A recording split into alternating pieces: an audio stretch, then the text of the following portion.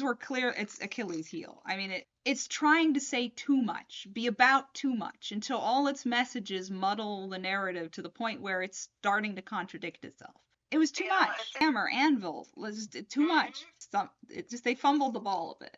Oh, so I watched the Hindi version. They brought back almost all the cast, which is why it would have confused me if the cast changed, because they don't really explain who these people are very well.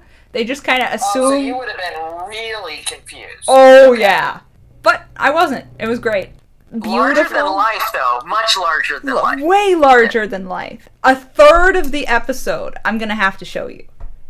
A third? A third! They blew their entire budget on this one episode. Okay, hats off to the CGI guys. Oh my god. We got a toast to their long life.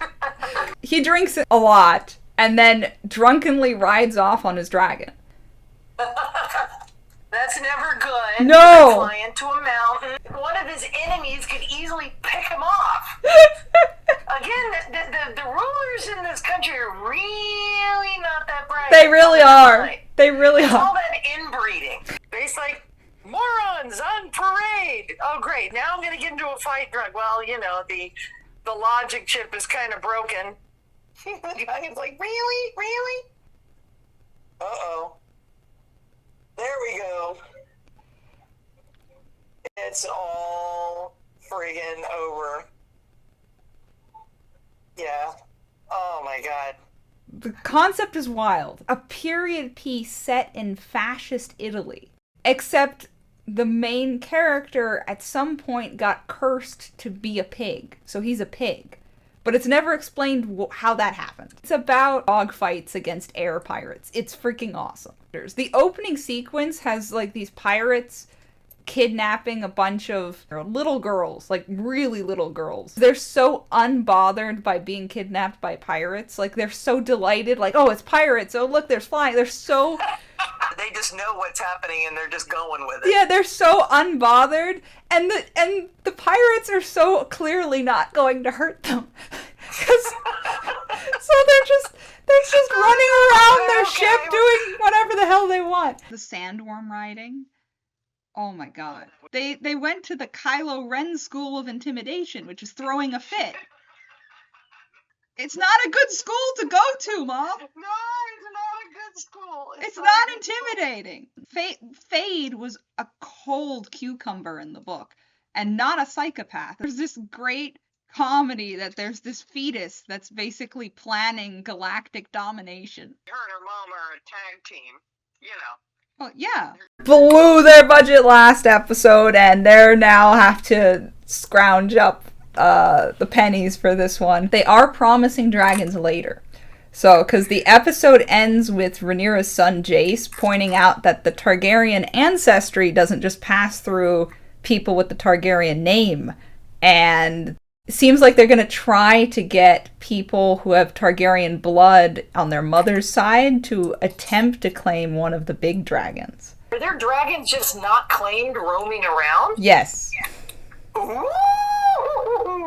There's a couple, like, giant dragons that could take on Vhagar that they have, that Rhaenyra's side has, they just have no rider. Claim one at a time, so they can't make an attempt. The king is alive! He's alive. He's gonna wish he's not alive when he wakes up. He is burnt to a crisp. Oh my god. Just the scene where they're taking off that armor that's like melted onto his skin. Oh my god. It was so gruesome. Sunfire's a good dragon. Nothing bad should happen to that dragon anymore. No, I can't take it. Poor thing. Yes. Yeah, and I didn't like that the other one died. I mean, that look back at her. Oh, it just ripped my it's heart so sad. The opposite side paraded her head through the streets, which was probably a bad move because the common folk saw it as a bad omen. They didn't really see it as a positive. Both sides have this problem. Like Daemon's going, well, first of all, Daemon's going crazy because of the spooky castle weirwood magic. And he can't leave. For some reason, he's not. I don't know why he's choosing to sleep there. He really should stop This sleeping. might be the reason why, because of inbreeding. He might just be stupid like the rest of them. Yeah, that's fair. He's doing brutal things to the Riverlands on his side, but he, again, didn't know his own people and it's backfiring very hard on him. So that's his plot. Rhaenyra's council meetings are consistently the weakest part of every episode, and I finally figured out why. The show hasn't really done anything to set up most of the characters on her council. They don't want to hurry up and get into the dragon fighting stuff. That's really how you have good governance, is arguing. You have a point, and you have to argue with whoever disagrees with you, and then there's no good governance going. There's no good governance going on here. Okay. Well, okay, because again, inbreeding and they're stupid. I think the most sane person is Jace, Rhaenyra's son, which fits with your theory because he is probably the least inbred of everyone there since he's a bastard. Yep, there you go. But he seems pretty sane. They're all crazy. Like, even he's I'm saying relatively. He basically runs off to treat with the twins without his mom's approval. Right? Which is kind of crazy. And oh my god, the writers knew what they were doing when they unveiled that plan. Because beyond the fact that in last season, Jace's little brother died in like a similar mission, so that raises attention, this whole fan base has residual PTSD associated with diplomatic dealings with the Freys. And nothing of note really happened in that scene, but it was tense because of the community-wide trauma, you know? I have a soft spot for him, because every time I look at him, part of me thinks of Ronan. There's just something about him that reminds me of Ronan just a little bit. It means he's handsome, smart, and basically overall adorable. Of course, I'm highly biased. And will beat to death anyone who says different. It felt like an Agatha Christie movie, except with more like weird ghost sounds and bad.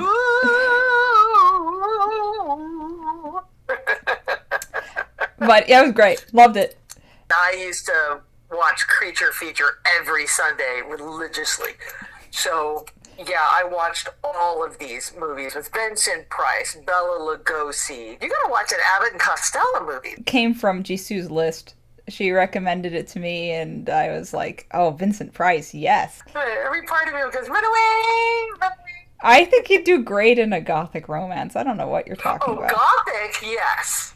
That's different. No, I think he would nail that. I mean, that voice. That voice. That's a perk. That's a feature, Mom, not a bug. Yeah, he can make it sound creepy, ominous, and pompous all at the same time. It's perfection. It saw Shaun of the Dead. That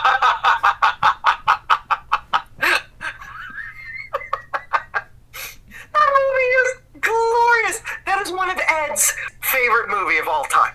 He loves Shaun of the Dead. Did he tell you to watch it? No, actually, Eddie and Maddie told me to watch it. It's so awesome. It's fantastic. Well, I haven't seen it because you didn't let me watch any zombie movie, no matter how not horror it is. Well, yes, because no, you don't, but I dream in full Technicolor. So normally when I see a horror movie, it's not a horror movie. Nightmares. It's not a horror movie. I'm trying to save you from that. It's not a horror movie. I know. I pretty much swore off all the zombie movies for my children until you were old enough. It was so great. Like watching a deadbeat guy who's distracted by all the problems in his life, not noticing that the zombie apocalypse is happening around him, is comedy gold. It's gold. Like having a man all of a sudden, forced to grow up. Yep. Forced to grow up overnight. It was very short. It was an hour and a half, and it got everything it needed in that time frame. It had lightning fast pacing. Zombie apocalypse. Things tend to move pretty quickly. They did that with this, a $6 million budget. Films are apparently famously not serious. So, I see. So the contrast between those different cinema styles is very apparent. Wow. There's slightly less music in the original, but there's still music. This is still an Indian movie. We have standards. They don't. Someone has to be willing to sing and dance. No. There's no singing. There's no singing and dancing in either versions. But there are montages where there's music over top. There are more. There are more music montages in the Hindi version. But there's still music montages in the original. They're just in a different place. I was going through the movie and I thought they weren't going to have a slow motion walk. The Hindi version had tons of slow motion walks into the camera. Like that, there was a ton of them. And and then halfway through the movie, it happens. And I was like, there it is. It's universal. It's a slow motion walk. Okay. It's universal. You have to have it. Where's my slow motion walk? Where's my superhero pose or landing? These things are, required. There's a translation moment where the translator for the subtitles just gave up and was like, I swear to God, I can't take it anymore. That's it. I swear to God, it literally says he references a local proverb here. And I'd be like, okay. Balance isn't the right word, because it was mostly nagging and like 2 moments of not nagging, but those 2 moments really carried that relationship, in my opinion. Mm-hmm. But there's many extra scenes. So from a macro perspective, it's way grander. The Hindi version's the opposite. The Hindi version cut out like pretty much all the unnecessary scenes, took only the scenes that were essential for the story, but then took those scenes and expanded upon them and made them longer than they needed to be. So it's almost like the reverse. Like they're both very economical, but in very different ways. I found that very interesting. There's about 2 scenes in the Hindi version about that. In the original, that is like a running thing where he has a conversation with his mom, where his mom's trying to convince her to take him back, and then you have a conversation with his mom, with her, and then there's a conversation with his mom back with him. Like, all these extra scenes, none of that has to be there, which is why it doesn't exist in the Hindi version. Everything has a scene. If some random person gave testimony that they saw a Jeep at 4 a.m, while his son was having an asthma attack, you bet there's going to be a scene about it. Like everything has a scene. But like that doesn't need to be there. So I understand why it was cut in the Hindi version. But the Hindi version like takes a scene and then stretches it and has all this extra stuff and all this stuff. Well, you know me. I always want more content. No, you would have liked story. I'm of the belief I am the extended version, Lord of the Rings, the 4-hour Harry Potter. Please give me more story, more content than trying to put 3 movies in 3 books in 1 movie, and it makes the story awful. Well, neither of these do that. I can get up and go to the restroom and come back. I want 4 hours. Oh, it's so long. And because pacing. Yeah, pacing matters. But for me, I want the content. I want the story. I want all the juicy little Easter eggs and tidbits. I want all of it. And a story that I love, I want it all. But that's me. Handcuffed to a zombie. And oh no. Yeah. That was good. There was also like a bus where tons of people were handcuffed, and then the person at the end of the line got infected. And then there's like this freaking scramble through the whole as people freak out. And they're all like naked. It's a crazy scene. Even the public transportation refused to close. So there was like buses still going, even though it was insane.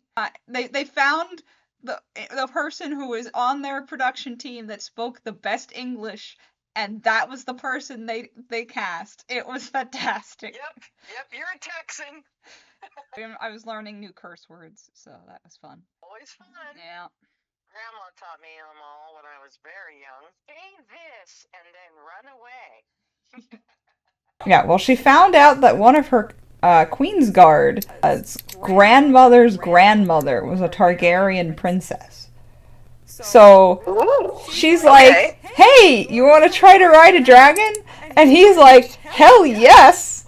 Not paraphrased. The dragon can refuse you too. Oh yeah. Are they gonna barbecue him at the last minute? That would be so Game of Thrones, and they get your hopes up, and at the last minute, no, I was just hungry. I like knights. They have those soft, juicy scissors. It was too true. Yeah. He was interested, but then he looked like too much of a chicken.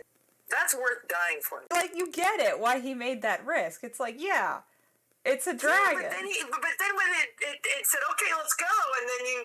Mom, you gotta cut him some slack. That's a dragon, okay? I know, but... The super predators of super predators. They told you had to... They told you have to show bravery, or they're never going to accept you. Alright, so you want another time code? Yes. It's very quick, but it will melt your heart, which is why we're... Okay, where? There's a wild dragon that's burning up the countryside there. Aren't all dragons kind of wild? No, like, it doesn't have a rider, and it's not living with the Targaryens. He's free range. Yeah. And look at the baby dragon! Oh my goodness! Who had the baby? Those are Rhaenyra's younger children. Those are those baby dragons for... That's it! Aemon talking to a bedridden Aegon, which, is entertaining because he set him on fire. Oops, sorry, bro. That's a small gripe, though. A gripe that's growing with every episode is Rhaenyra's plot. And I know I've been saying this every episode. I'm like a bell that never stops ringing. But they have no idea what to do with her. Like, almost all the scenes that don't involve dragons on her end boil down to, my council doesn't respect me, I feel useless. And then she does something reckless that doesn't pan out. And then they just rinse and repeat for 6 episodes. All of this would be fine, but the writing is constantly taking her side. If this was like Aegon or Aemon, they would make it clear when she's being unreasonable. But instead, they filled the council with straw men and give her constant scenes of frustrations, the tone of like, yeah, girl, you're right, they are holding you back. And I feel that's unbalanced. When Aegon, right. It's like when Aegon is like, oh, I want to go to war with my dragon, it's written as clearly that's a bad idea. Right? But the tone is different when Rhaenyra says the same thing. It's like, she says the same thing and everyone's like, no, you shouldn't do that. But the writing makes it feel like they're holding her back. I'm like, what are you talking about? Friends too. Oh, it's gonna kill me. Okay, just tell me. God, spoil it to me. I need to hear this. I'm too excited. I'm not gonna spoil it to you, but it's awesome. I mean, spoil me Wolverine. Don't spoil me Deadpool 3. Spoil me Wolverine. I'm probably not gonna see that. What are you talking about? This is Deadpool 3. Oh my god, I forgot. He is in this. Oh, that's why I was hyped. Shoot. This is I forgot about the teaser. I thought they made like a Wolverine and a Deadpool. No. I'm lost. It's one movie, Deadpool 3, featuring Wolverine. God, that's so hype. I mean, it's very difficult to make fight scenes between two people who regenerate and can't really die exciting. But damn, did they succeed. They made it hype. They made it... Every fight scene is so sick. Awesome. That sounds so awesome. Oh my gosh. Like, every fight. Like, in your head, when you think of a Deadpool versus Wolverine fight, everything you can think of, they deliver. Oh my god. The hype is real now. I was excited before.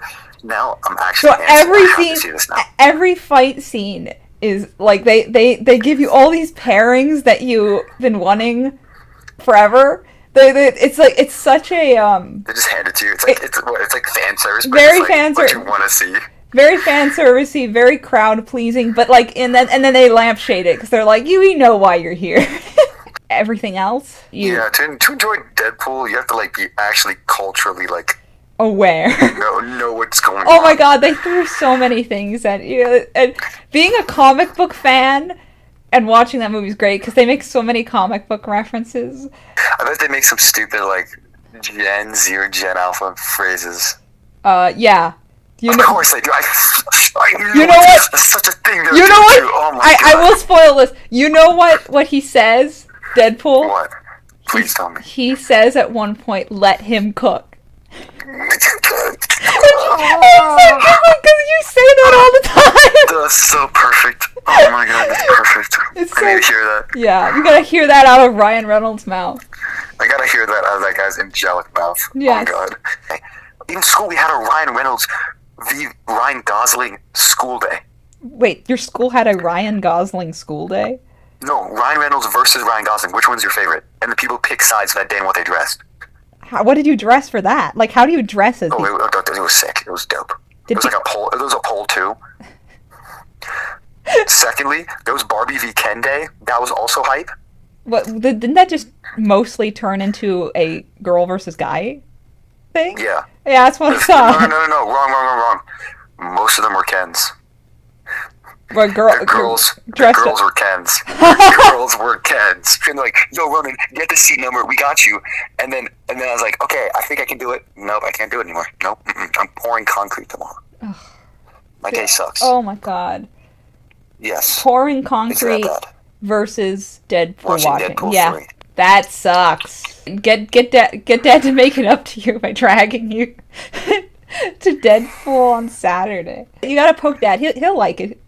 Drag them all. Drag Dad. Drag you. Drag them all. I will. Trust Kicking me. and screaming. Like, I mean, it's gonna. For the record, they're probably gonna be book solid because this is going to smash the box office. The thing is, and I won't spoil it. But there are several cameos. No. Like a lot of cameos, and every single one is like it's some of the best cameos you've ever seen. Like where you're like, oh my God. Really? Yes. I would say like 4 or 5 different cameos. You're like, holy crap! You're in this movie. What is this movie? Every fucking like 20 seconds, you're going like, you just see a new famous person as a different character. Like, oh damn. It's amazing. You're gonna be like, what? I need like a taste. It's like like how those, like Harris Teeter, they give you those like samples. I need a sample. I need a sample. One bite. No shot. OG actor too. Oh, good. And that's not even what I'm gonna tell Mom. You keep that to yourself. Okay, yeah, you know what? That's all I needed. The bite was enough for me to buy the whole package of like whatever meat they were selling. Yeah. I tasted the sample. That was heaven on earth. It was like, what? You were like, how, what? Yes. But they blew their whole budget on actors. Holy crap. There's certain people that show up that you're like, what? Yeah, no, it was a fun ride. Oh my God, I need to join the ride. Put me on the roller coaster, please. Get your ticket, man. Get your ticket. Hop on. Yeah, I'm getting my ticket for sure. Oh my gosh. The language is the best part. They actually committed to all the dialogue is very old and sounds like the people of that time. Nice. Gorge. And they I love when they do that. It sounds so good. Oh my gosh. And they made it sound so natural. Like the actors sold that so well. Even the children. Like there's a bunch of children and they made it work. It sounded right. I turned on the subtitles just so I could hear it, like understand it clearly. Because they use hath and thou and thee and come hither and all that. Right, exactly. And they made it sound so natural. Music and the sound design made the horror, like the sound design was fantastic. Certain scenes that would have just been like a family just walking through the woods were terrifying. Because of the lighting and the music and the ominous feeling that it gave you. Oh yeah, it's great. Played on like the finger pointing of the witch hysteria and all of that. I'm sure, because I'm sure kids get killed. Oh, yeah, I don't want to watch it. Of course. I do not want to watch that. Nope. The moment I saw the trailer, I was like, there is no way I'm watching this. No, it's It not. looks terrifying. It looks cool. It's but not I'm for watching you. This. The songs. And could sing them. I'd heard a bunch of, like, snippets of those songs, so it was fun hearing them in their actual context. That was a lot of fun. And the music is so much fun. It's just very singable. All of it is very singable. Yes. And in my generation, it was sung a lot. Well, you know, my favorite year for cars, the designs are the 50s. So I love all the classic cars. Oh, the cars were great. There's so many that I love. And like nowadays, all the cars look exactly the same. Yeah, this car is 100,000, but it looks the same as the 10,000 Kia. You know, they all look exactly. They don't have character and personality. And the cars in the 50s had that, and I miss that on cars. Really miss it. I think it's adorable. I mean, there's no way you can drive down the road and some classic 50s car drives by and you're just like, oh my god, that's so adorable. It was so imaginative. The way he wrote that entire movie was he would come up with some wacky conflict, and then he would find the wackiest way to get out of the scene consistently. Like, whatever the weirdest thing he could think of to get out of the scene, that's what he did. It was like a fever dream. Yeah, same time. It felt like a bunch of skits stitched together, because they would go to a place, meet some people, then go to a place and meet some people. Like, the first thing they go to is Napoleon. Yeah, your father would probably be equally horrified. No, but it's a comedy, so it works. Yeah, you're okay. He probably would give it a little slack. Yeah. It's not supposed to be a biopic on Napoleon. Yeah, but now that he knows he's related to Napoleon, he takes these things personal. It's like, oh yeah, you're insulting my family. And like how they keep popping trying to escape God.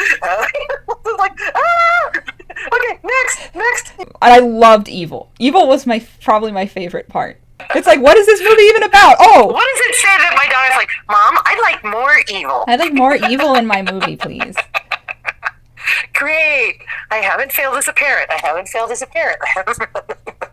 It's very easy to reference when you play Dungeons & Dragons. It's a very D&D movie. Oh, yeah, absolutely. Like, the whole journey through various things and doing various not legal things where more important people are doing other things in the background. He fell into her lap, right? Like, from the sky. So she sends out a call to all, like, Targaryen bastards to try for the right dragon. So, and this rumor goes through King's Landing. So all of these, like, Targaryen bastards in King's Landing, like, sneak out of the city to go. So she sends out the notice and they all sneak out. That's fantastic. Because the chance to ride a dragon. Randy there's probably a lot of bastards. No, it's a big group. The whole bunch snuck out and they're all on their way to... Yes. It's gonna be a big deal. Butt kicked. Kissed. Because you got to have balls the size of watermelons to have that job. Basement? Yeah. Quite a few. Say, okay, dragon, pick which one you want. That's what I think that's our plan. Okay, if you were in a boat looking at dragons looking at you and they're all screaming at you, I know what I would do. Yeah. I would turn the boat around and go, I'm out of here. Run away! Sorry. Run away! She just had a heart attack. Okay. It's a heart attack caused by dragon. Yeah. But right. He's also kind of charismatic. Like, you like him. You're like... Are you rooting for the serial killer? You kind of are, which is hilarious. Like, you kind of want him to escape. Part of you does.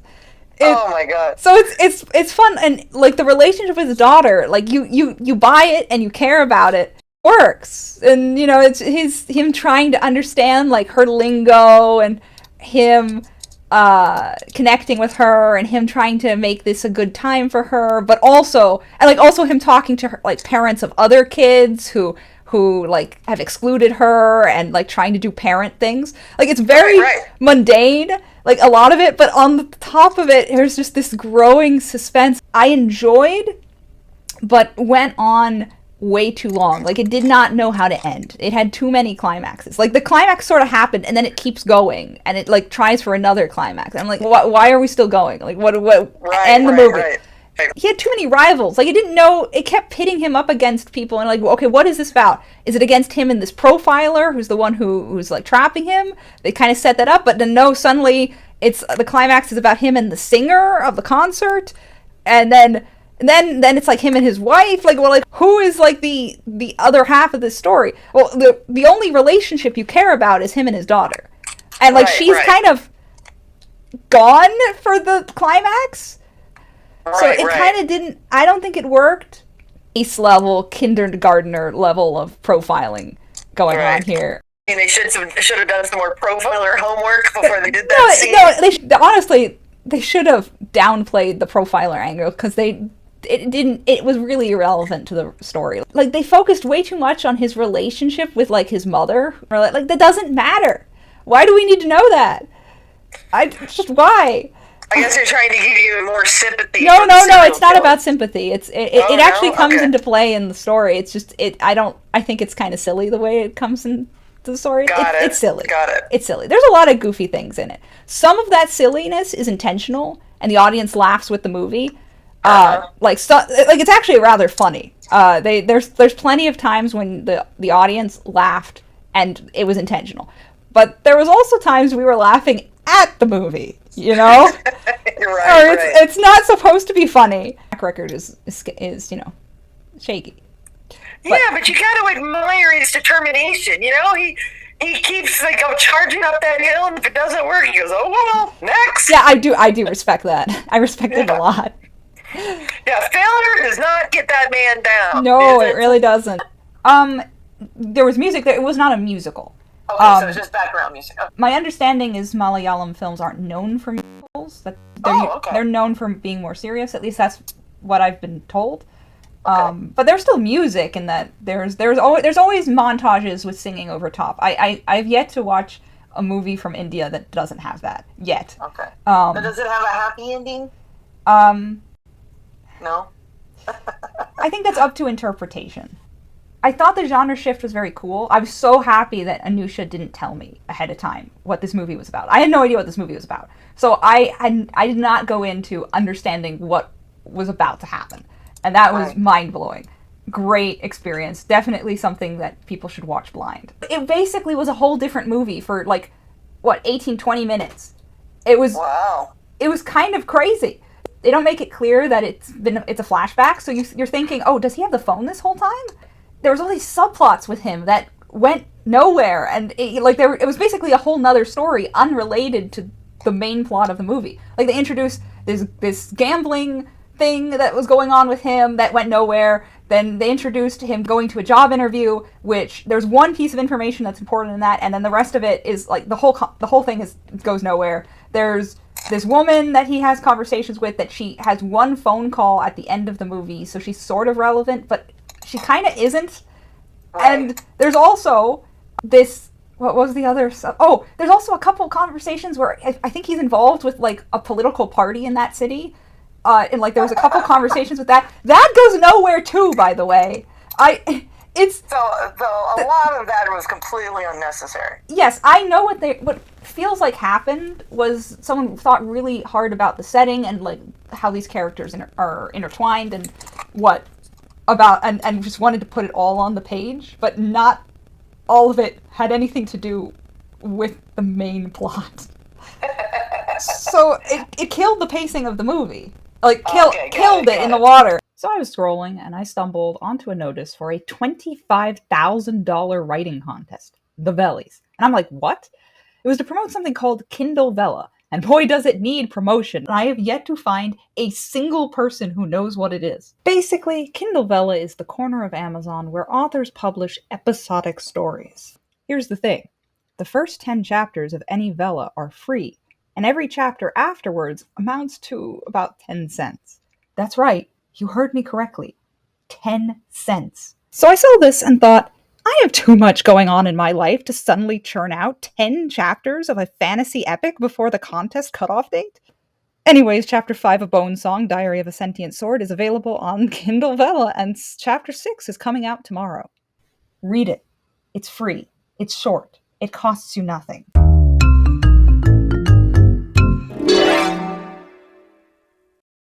That scene, I believe, is a reference to the Noldor burning the Teleri ships in the Silmarillion. I think they're trying to go for a cute little reference to it there. I personally think, from an ideological standpoint, that is it fundamentally misunderstood what that entire conflict was about.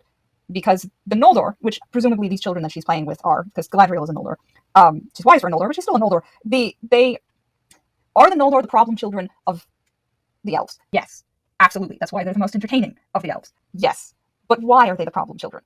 They love their art too much. They are the dwarves of the elves when it comes to their obsession with their craft and their work and beauty. They cause a lot of suffering. They did burn ships. They did this. But why? And their motivation is because of beautiful creations. The idea that they would destroy something just for the hell of it, I think, runs contrary to how fatal flaw of the Noldor is that they love their creations too much. The whole point of them is that they're passionate artists.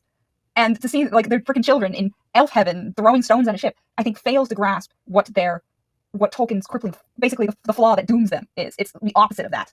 So they kind of imply that he died in battle against Sauron. Now, let's be clear. He did face Sauron in an epic magic rap battle in which he loses and then gets thrown into a werewolf pit where he breaks his chains and strangles a werewolf with his bare hands, then dies of his wounds. It is the most metal death ever. Arguably the only clear character trait that Tolkien gives Galadriel is that when everyone's swearing reckless oaths, she does not, because she's wiser than the rest. Oh, that's literally her only character trait in the book, is that she doesn't swear stupid oaths.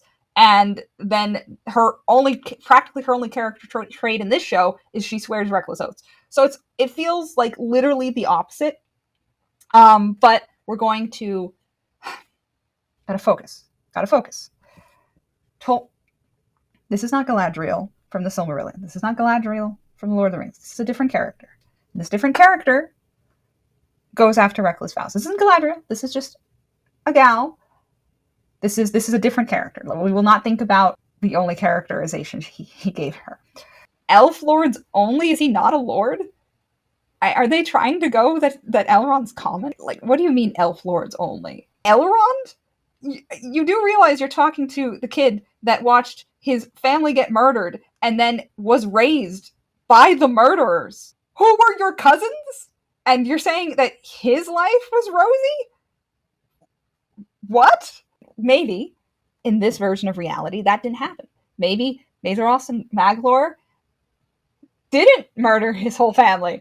That is like someone getting on the Mayflower and going all the way to the Americas. And then, like, when they see the shore of America, they decide, jump into the water and try to swim back to England. Are you freaking kidding me? What? No. No. That is ridiculous. That is ridiculous within the context that you have already established. This is not Tolkien stuff. This is the map you showed at the beginning. There is no way. There's no way. Did the writers look at the geography at all? What? No. Alien Romulus, the new Alien movie. There's a new Alien movie? Yeah, it's in theaters. Oh my gosh, sorry. I don't get out much. Now, so is it more horror or more action adventure? It has a bit of both. Ronan wants to be a businessman, and that is one movie I don't want him to see, Risky Business. I think he could pull that off. So, yeah, that's a source of worry, because I don't have enough things to fret about. I swear, when he kissed her, I blue screened. Like, my brain just died. I had to reboot. Or it might be an intentional reference to Finrod, her brother, hiding among the orcs when he's trying to slip past Sauron and famously failed. It's a reminiscent of that. I enjoyed being reminded of my favorite Tolkien story.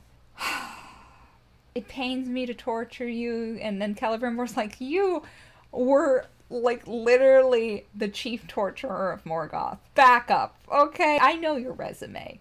It's not torture free, guys. It's not.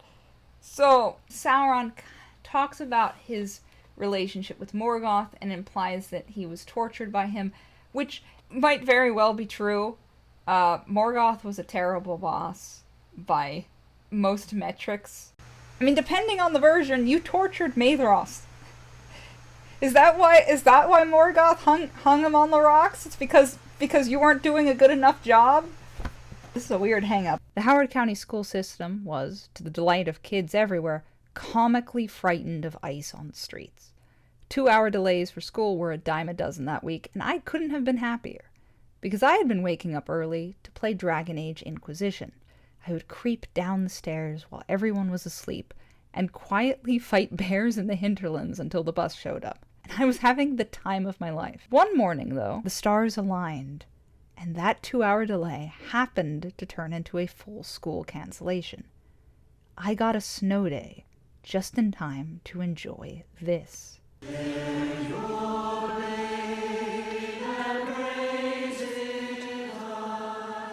The bliss of childhood distilled into one experience. This is going to be about my personal recollection of my experience, and right out of the gate, let's talk about stakes. So they broke down that the most critical skill is to be able to create a dialogue tree that appears to branch everywhere, but end up with only 2 or 3 choices in the end. And so long as those curated choices feel meaningful, it will work. When I was watching my mom get as many kisses as she wanted, get actual romance scenes, and a sex scene, I was very annoyed.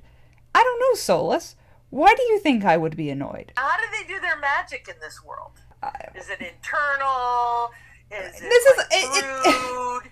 Is it learned? You have to it's hop learned 3 times and it's learned. It's very learned. But there's okay. It's like you have to follow the spell, the instructions, and you have to read 3 times. Draw a pentagram, run around in the circle, light 3 candles. Yeah, no, kind of like that. Better than the last Ridley Scott movie I saw, which was Napoleon. That is a hurdle that was buried in the ground. He couldn't have tripped over that if he tried. Where these 2 people kiss, and then it cuts to a dog.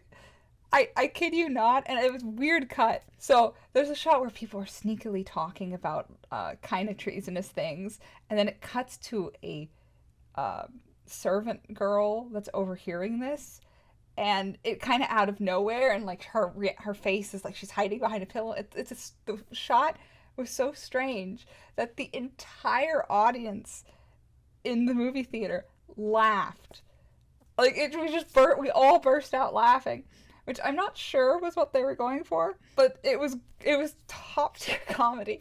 And then later, when the woman is telling someone else about what she overheard, one person in the audience, there was someone in the theater who gasped, and we all heard her gasp.